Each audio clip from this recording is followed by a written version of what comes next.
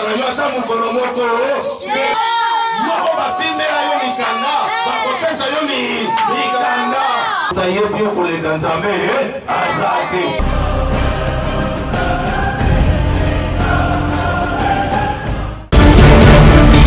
Amen. Esengo ezali nzambe oyo apermettre ete ngai na yo tozala na ntongo na lelo na présence na ye tozokoba koremercie nzambe wana pamba te kolala kolamuka ezalaka momesano te mais soki tolamuki eza ngolu oyo tozwi mpona oyo biso tosalaki te me ngolu oyo tozwaka akoza bolingo na ye yango wana ete nzambe apermettre ngai na yo tozala na présence na ye tika nzambe wana azwa lokumu. Amen.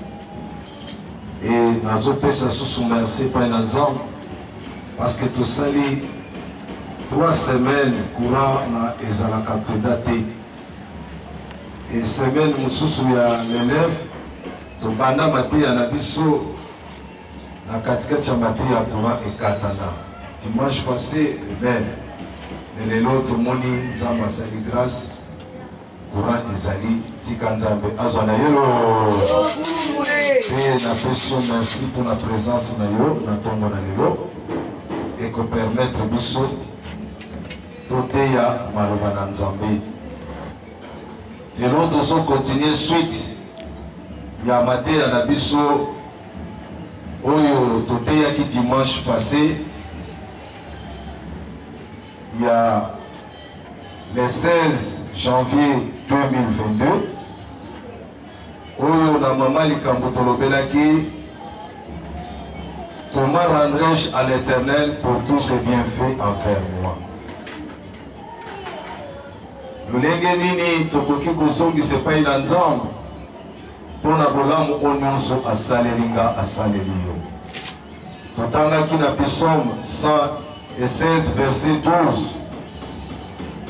mpe teme na biso eza motuna eleki question oyo moto aza kose pose à cause oyo nzambe asalaki envers ye e toyei kozwa réponse ya motuna wana à partir il y a 1 Chronique chapitre 17 et pour notre temps qui David sima ya se poser question comment rendrai-je à l'Éternel pour tous ses bienfaits envers moi et aye pour réaliser que esengeli atonga ndako ya nzambe mpona kotia arche de l'alliance parce que uta Moïse azwaka les 10 commandements au basalelaka yango sanduku et bazalaki kotambola nango à chaque fois baza ko se faire déplacer baza komema yango banda na temps ya Moïse ino baroi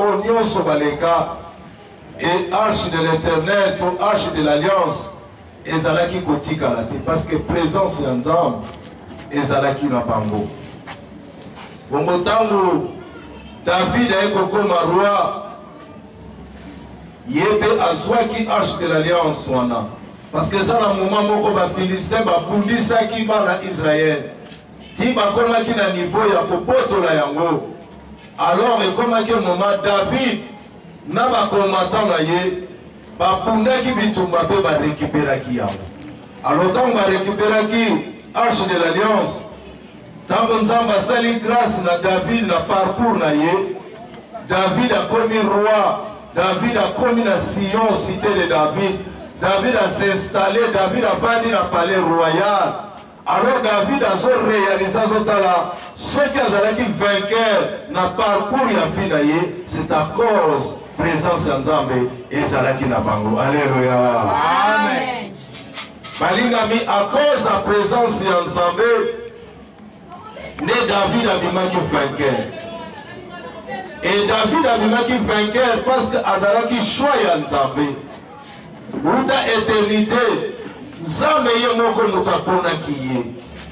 nzambe ye moko mutalingaki nzambe ye moko titanga azokela ye ayebaki ke mwana oyo akozala roi ndenge mpe yo ozali awa meme papa abota yo ayebi te oyo kozala meme mama abota yo ayebi te kozala me eza na motu moko oyo ayebi yo kombo na ye yesu ye moto ayebi oyo kozala lobi. Et David omonaki comment Nzambe asalelaki ye bolamu yango nalingaki ete lelo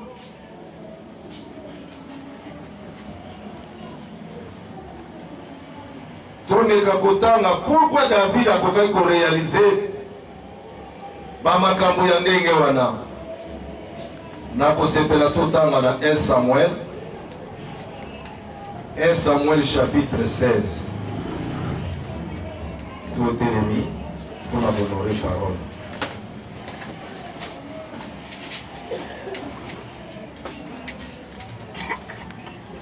Yesu aye kopesa bomoi Yesu aye.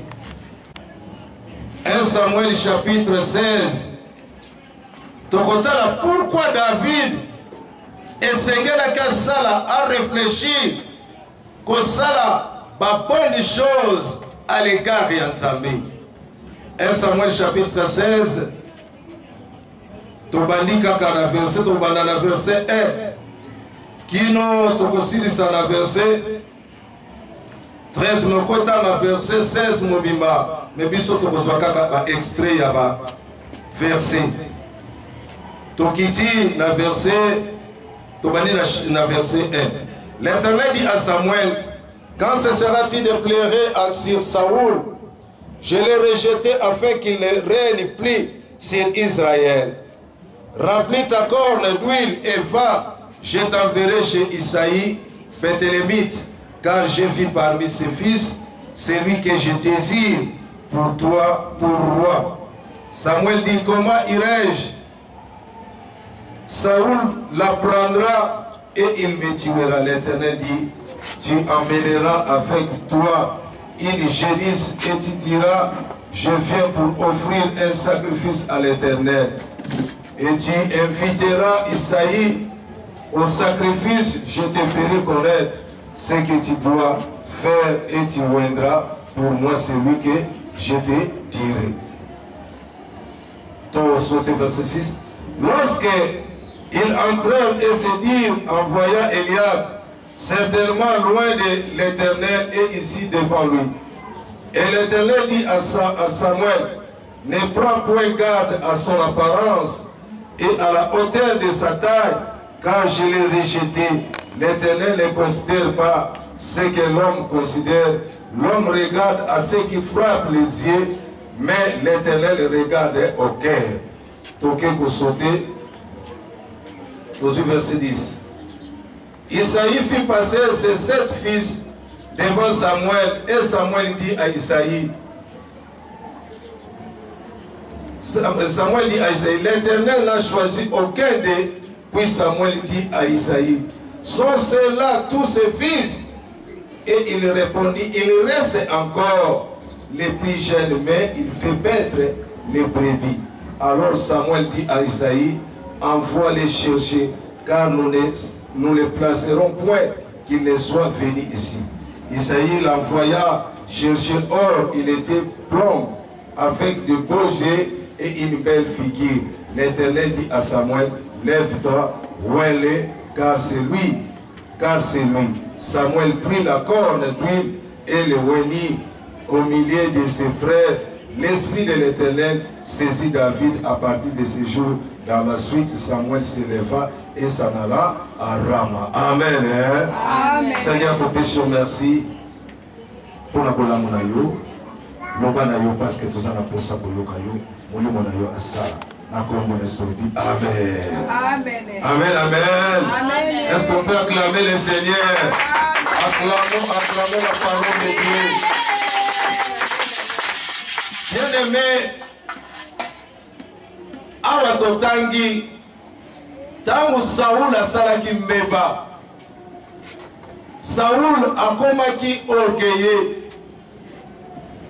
Saoul azalaki sous obéir même na ba serviteur te, même na ba prophète, même Samuel oyo awenyaka ye na mafuta nzamba tindaka. Eza na moma moko balobaki esengelaki batumba mbeka. Tangu basangisaki bana Israël. Alors esengelaki Samuel azala wana pona kotumba mbeka. Mais oyebi basali na nzamba. Eza ya des fois okoki koya na nzela okutani na mutu aza malade. Jamais kotika ye esengeli obondela na sima okende. Alléluia. Amen. Tomonaki yango même na Nouveau Testament. Jairus akeko benga Yesu po aya abondela na tina na mwana na ye. Mais la femme qui avait la perte de sang pendant 12 ans a coutani na Yesu avant. Alors Yesu alingaki teke lokola Jairus mutabenginga natika nanu oya se présenter. Yesu alingaki liboso asili sakaya femme wana wazalaki na perte de sang sima a continuer chemin na ye pour akende mobikisa mwana ya Jairus. Alléluia. Amen. Et la bongo Samuel alobaki okoki ko offrir nzambe mbeka te parce que musala wana eza ya biso banganga nzambe.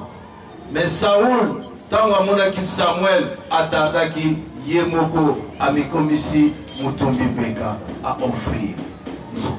Zoka ndena acte wana ya pozaki nzamba asepelaki ti. Et tango Samuel pardon aye atali atuni alobrote parce que na monaki yoso rumela ne Samuel alobaki vaut mieux l'obéissance que les sacrifices. Alléluia. Amen. Et à partir de likamwana ya ko désobéir voix ya musali na nzamba nzamba lobi mutu a désobéir nga musali nanga c'est-à-dire à désobéir na ngai lokola ngai mutu na tchaki nazo rejeter ne à partir de wana Nzambe abandi ko rejeter Saoul. Alors lokola Saoul azalaki déjà rejeté mais avant qu'il n'ait na trône. Eza na bato ebele lelo. Ozomona ke oza mais nazo yebiso osala yo te. Ozomona ke c'est toi mais ce n'est pas toi. Alléluia. Amen. Saoul azala na trône mais Nzambe déjà c'est à quoi qui s'est. Azokanisa aza toujours roi, Azokanisa aza toujours le plus fort, Azokanisa ye mutu a diriger toujours, mais nzokande Nzambe asi a préparé mutu mususu oya koya ko diriger Israël. Et nesiko totangi Nzambe sikwatindi prophète Samuel akende na Bethléem parce que ba David bazali ba Bethléemite. Donc bateau va vendre na Bethléem. Yama koya komona na histoire. Ete bazobenga Jésus bazobenga ye fils de David. Parce que David a vendu na Bethléem. Or que Bethléem ezali mboka ya promesse. Oyo Esaïe azoloba Bethléem parmi les moindres les filles de Juda. Car c'est à toi sortira le Messie, le Sauveur. Alléluia. Alors, ça nous keme yonde na mboka wana nde mokonzi akobotama. Et Marie na Joseph bazalaki bato ya Nazareth. Mais pour promesse, est-ce que ça la moutazo comprendre ma? Ato vandi na quartier moko trop reculé. Ato potami na famille moko kino na famille yo obotama. Même ata na quartier o ezanga tina. Est-ce que mutu moko loba amen? Amen. Nzamba alobi Samuel musali na nzamba kozala découragé te na makambo komona na ministère. Sondima yango na yebo yebisa yo bono fait na memelio ete nzamba limwe promisa yo mutu monele. Est-ce que ça mutu azo comprendre? Na lobi quand fait na yebo yebisa nzamba lobo koma mutu mo. Alléluia. Il est vivant. Il est ressuscité. Acclamons pour Jésus. Bien-aimé, dans l'accueilli, akomi na Bethléem. Akomi na Bethléem. Akutani na papa ya ba David. Parce que papa na bango ba David babotamaki 8. Et David azalaki 7e. Et pardon 8e. Alors tant akomi akuti ba yaya ya David o ba vimba o ba mbinga bigambe. Prophète alobi c'est que ça bango oyo nzamba tindi na pakola mafuta ko bakoma roi. Tango Samuel alinga chanza malobi yete. Nzamba alobi bino botalaka apparence. Mais ngai natalaka apparence tenga natalaka motema. Alléluia. Amen. Yango balobaka na apparence trompe. Alléluia. Mutozo kanisa peut-être akobonga te la vie à cause apparence somona yende mutakobonga. Oyo somona ka kobonga te ye wana oyo somona ka kobonga te ye mutakobonga. Mais yo somona ke ye mutakobonga moye pe abonga ezate kobonga ya mutezala kalikambo ya mutezala likambo ya. Alléluia. Amen. Na somona yo manilo so comprendre.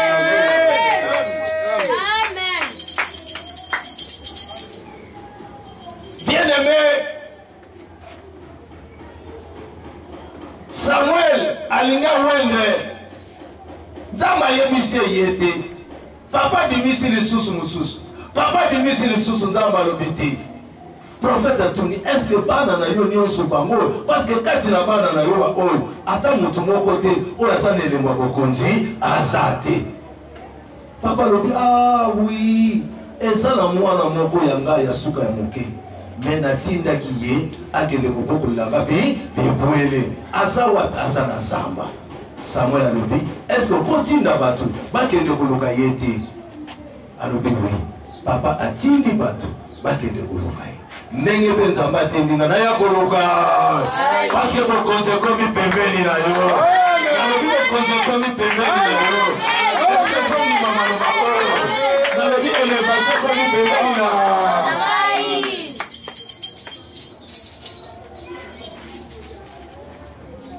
nzamba tindinga na ya koluka yo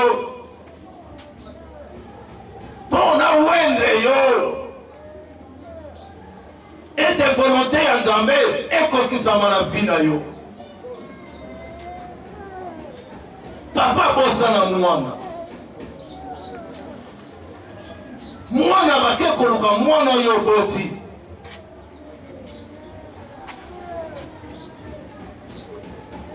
mwana oyo boti yo pe moto tindaki mwana mais papa bosana mwana balingami papa koki kobosana yo mama koki kobosana yo bakamarade bakoki kobosana yo baninga bakoki kobosana yo mais eza na motu moko oyo apermeta obotama na famille ozali quelle que soit condition botamela, quelle que soit ici qu'on botamela, quelle que soit là ya papa botayo, quelle que soit là ya maman botayo, ça me wana kotika la kobosa na yo ata mukolo moko.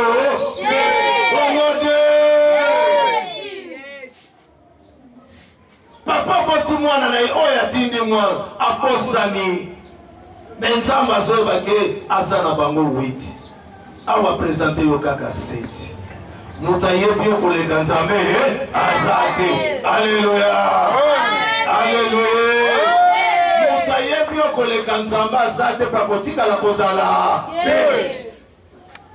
David baye kobenga ye aye ba wendre ye ne azonoka toyaki potoluka mutu akokoma mokonzi me tomonaki moto te papa na bino kutu abosanaki na yeyo me nzambe nde mutu arapele serviteur atuna papa yango ya defomonaka na makambo ya nzambe un bon serviteur soki nzambe a révélé likambo te moye mpe oloba eza te. Alléluia. lelo eza na bamessage oyo ezokaka koampeli na koloba ezoflate bato aucune église Tomoni, eza bazosala yo boye, eza boye na boye, poete boye na boye. Il y a des fois, makambo tozokutana nango, eza nango batute, mais etamboli na biso, ekoki pe ko provoquer malheur na vie na yo. Alléluia. Alléluia. Amen. David bayebisi ye, kende mozabu papa na bino kuta paposa na kiyo. Et t'envoyer papa koli mafuta sima nango Samuel azongi na ye na rama na mboka place banda kosala et mafuta oba weleki David ebandi kosala misala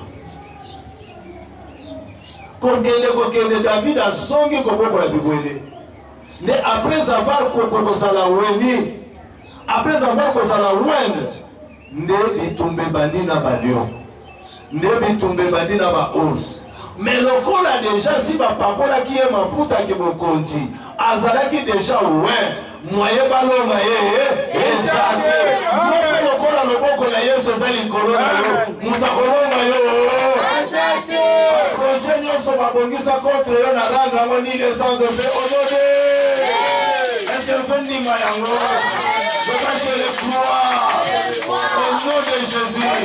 Jésus vainqueur. Alléluia.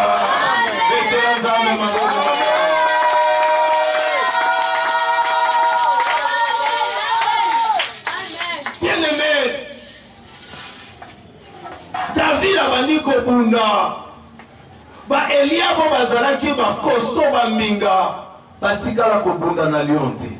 Batikala kobunda na ours te. Batikala kowendre bango mafuta te. Mais moto azalaka kamuke bapakola ye mafuta. Yango na solo ba mutu moko otala vie ozomene te. Oza mokonzi. Na vie okobonga. Okokende liboso. Bakobetela yo maboko.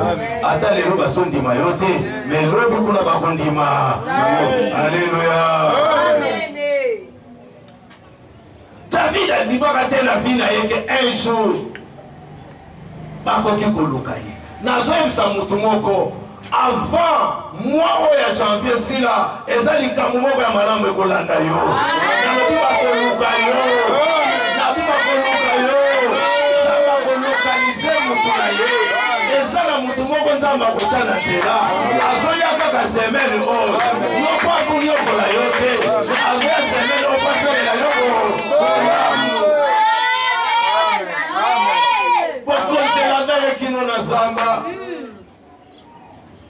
Bisika, bas scorpion, bas serpent, bazala, mais azala protégé.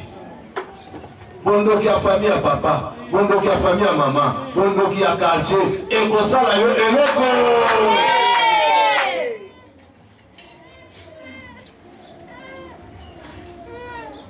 Bien aimé, David alongi. Tolingaki tosonga pour comprendre pourquoi le baki, comment rendrai-je à l'Éternel pour tout ce qu'il fait envers moi. Alléluia. Amen. Alléluia. Amen. Ce qui toquait sous la 1 Samuel, chapitre 17, Awasiko, combat, la Goliath, nous quand nous sommes pour tous idée. 1 Samuel chapitre 17. Tozui, Tobadi la verset 28. Eliab, son frère aîné qui l'avait entendu parler à ses hommes, fit enflammer de colère contre David. Et il dit, pourquoi es-tu descendu? Et à qui as-tu laissé ces peuples de brebis dans le désert? Je connais ton orgueil et la malice de ton cœur. C'est pour voir la bataille que tu es descendu. David répondit, qu'ai-je donc fait? Ne puis-je pas parler ainsi? S'adressa à un autre et fit les mêmes questions. Les peuples lui répondirent comme la première fois. Lorsqu'on y entendit les paroles prononcées par David, on les répéta devant Saoul qui les fichait, qui les cherchait.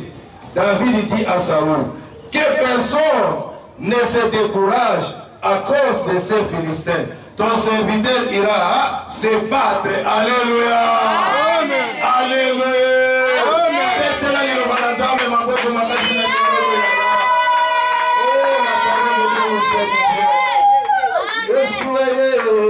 Nabanga nini, nalenga nini, nabomoi nanga, Yesu aza, nangambo nanga, nakolenga nini, nakobanga nini.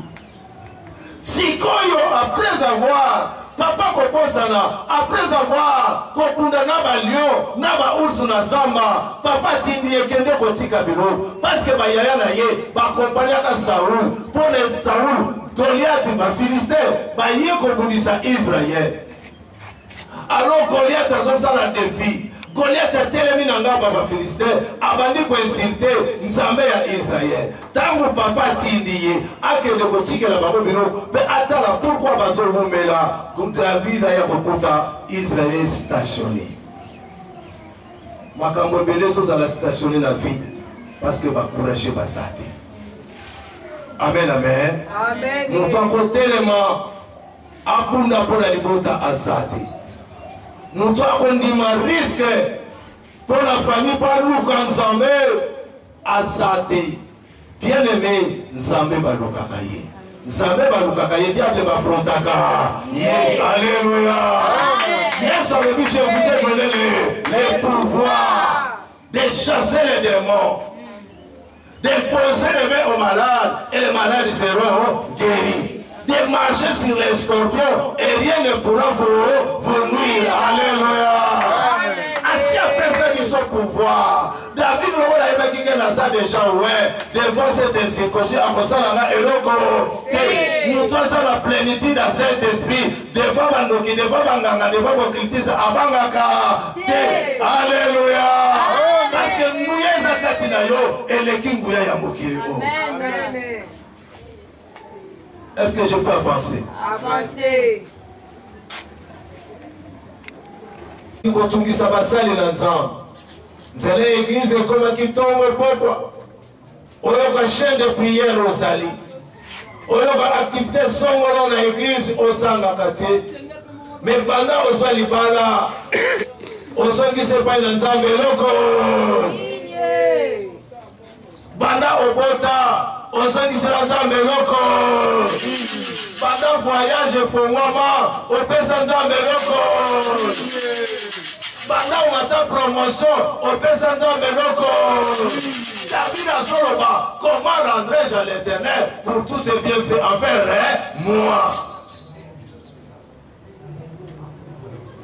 Et la puissance 103, verset 1 à 3, le dit, mon âme bénit l'Éternel et tout ce qui est en moi glorifie ton Saint-Nom. Mon âme bénit l'Éternel et n'oublie aucun de ses biens faits. Alléluia. Psaume 103, verset 1 à 3. N'oublie aucun de ses bienfaits. Abimotemananga, Komisanza, Penyon Sezayanga, Epesa Kongo Nzambe Lokuru, Motemananga, Kobosanate, Olamu Yanzambe. Mais nazala makanisi ochabiso na ba prière tout bunda soki nzamba pesi makoki mwana na foya aya connexion de ngapo musala ko sala ezebele alobili kambote oyebisi ngate me oyebisi Yesu ma merci alobaki na yeka tokolela nzambe asala ngolo alléluia alléluia et to prière qui ponango to prière qui ponango Tango Toboneli, depuis mardi, na 13h, na ka téléphone Eli, Nathalie, oui, alors, pasteur, bonjour, oui, merci, bonjour. Papa, na lingi na remercier le bosso Nzambe na yo, pe na remercier yo. Nzambe ayoki lo sambo na yo, alléluia. Amen. Mono ba refulaka, lokola tosolo ba boise rejoindre nga. Na mboko nga papa na leki kaka bisika, o ba boyela kai aleka. Nzambe na yo afongoli nzela. Na zo sa mutu moko. O ezalaki akokanga bezo sala nini? Bezo fongwa. Yoni, Nikanda, Alléluia.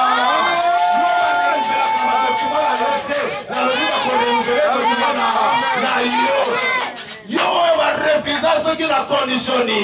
Nous avons poussé par le Saint-Esprit. Résistance soit les lois.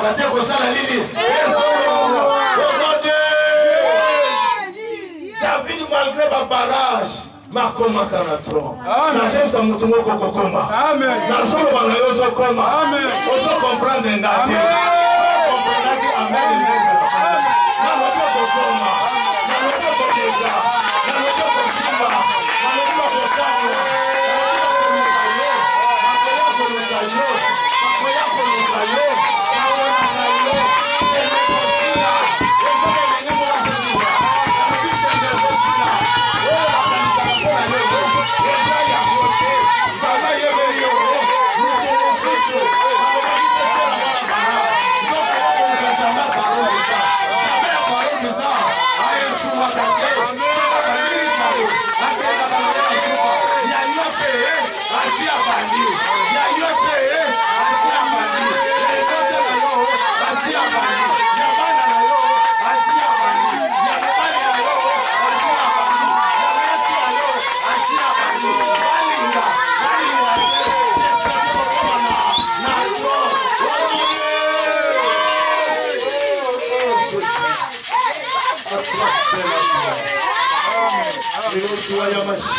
Amen. Les ressuscités du troisième jour.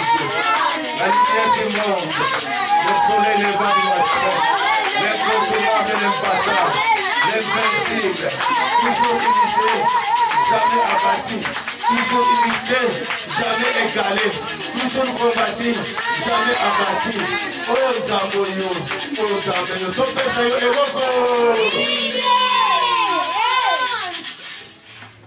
eza yoto banakolota bandoto mabe mpona oyo asaleli bazala mato ya koyoka bazala motema ya kobomba betela liloba na nzambe maboko